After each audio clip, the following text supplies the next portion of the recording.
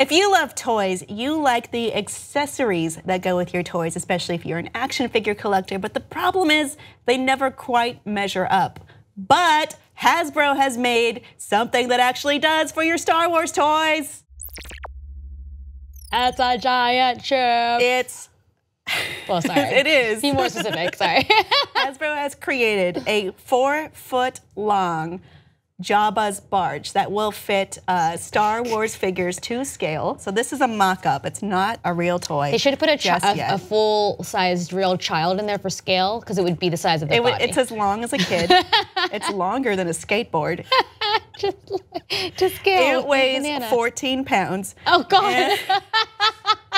Yeah, more than an adult-sized bowling ball. And it costs $500 to back this project. I say backed because it is being crowdfunded. Even though it is from Hasbro, it does fit kind of an elusive market that most people aren't going to buy. Yeah. It is more of the fan, the hardcore collector, the person who's looking for a trophy item, and that typically is an adult. Or somebody who wants to replace their coffee table with a Jabba the Hutt barge. You have to find a way.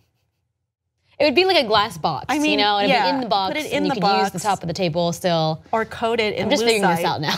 and then put like little holders for your cups on the top of the barge. Hasbro should design the coffee table that all this shit goes into. Yeah. Make some more money. But it's great because, well, I remember I was watching that Netflix show, The Toys That Made Us, and they had this enormous, huge transport for G.I. Joe figures, and I thought, see, someone likes it. I'm getting a thumbs up off camera. You can believe that for real. So what it is it's this huge thing. Most people can't afford it, but all your friends are going to be like, what?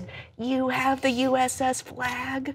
And what was also interesting about that show was when they went to the He-Man section, Castle Grayskull was too small for He-Man to fit inside. I know, so I had one. Turn him. I had one. It was very annoying. We just shove all the guys in and kind of slam it shut.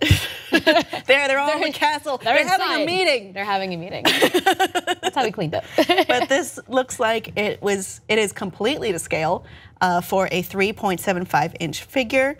And they can fit inside of the bottom of the ship. It has fully removable side panels, so you can play with it. Put your dudes inside. I feel like most people who buy this won't play with it. They'll leave it in the box. Display it naturally with figures inside going about their business. Change it for the holidays. Have a Christmas version, Thanksgiving version. I mean, if I were, Summer beach episode. If I had a lot of space and I was wealthy, I would consider it. Yeah. But this is a lot. It's enormous.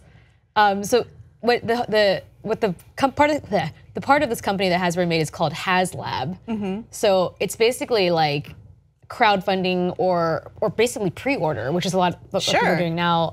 Even small business owners are doing that. So they need 5,000 people to get this going, and right now they have $500 each. $500 each for five. Let's do the math. That's a lot of money. A lot of clams to make this thing. But I did. I googled real quick what they're at now, and they're at $14.29. So not quite there yet. How much longer do they have? Oh, the time-wise? Yeah. What was it? April 13th. Okay, maybe they can make it. Yeah, That's I think a they long just opened it. Yeah, so I think it's possible. Yeah. It's not one of those lost causes. And it is Star Wars stuff, and I feel like Star Wars fans are like, get me that stuff. Like they're pretty loyal. Now there's a lot of Star Wars fans. It's true. And now, there's a higher percentage-wise of people in there who can and want to buy this kind of thing. We're all grown up now. We're all adults. We have disposable income. Well, that was another. some of us. That was another. Yeah. Let's put that caveat in there. I don't think I can afford this. I can't. Oh, I can, but I can't justify spending my money on this when I have other things I need to pay off. So it's just. It's an interesting side of collecting and nostalgia, which is the kids of the 80s and the 90s are grown-ups now, and they can buy expensive things. So a lot of the time, these are marketed to that crowd. Specifically, He-Man, as I mentioned earlier, they've tried to reboot He-Man. They've tried to get He-Man out for the little kids, and it didn't work. Yeah. And now He-Man's biggest audience are adults, former children who were fans in the 80s and 90s. Yeah. So I think it's interesting on that aspect, and I think it's highly profitable at that aspect. Audience, are you one of these people who has the money to afford this and can back it? Let us know below, and like and subscribe for more.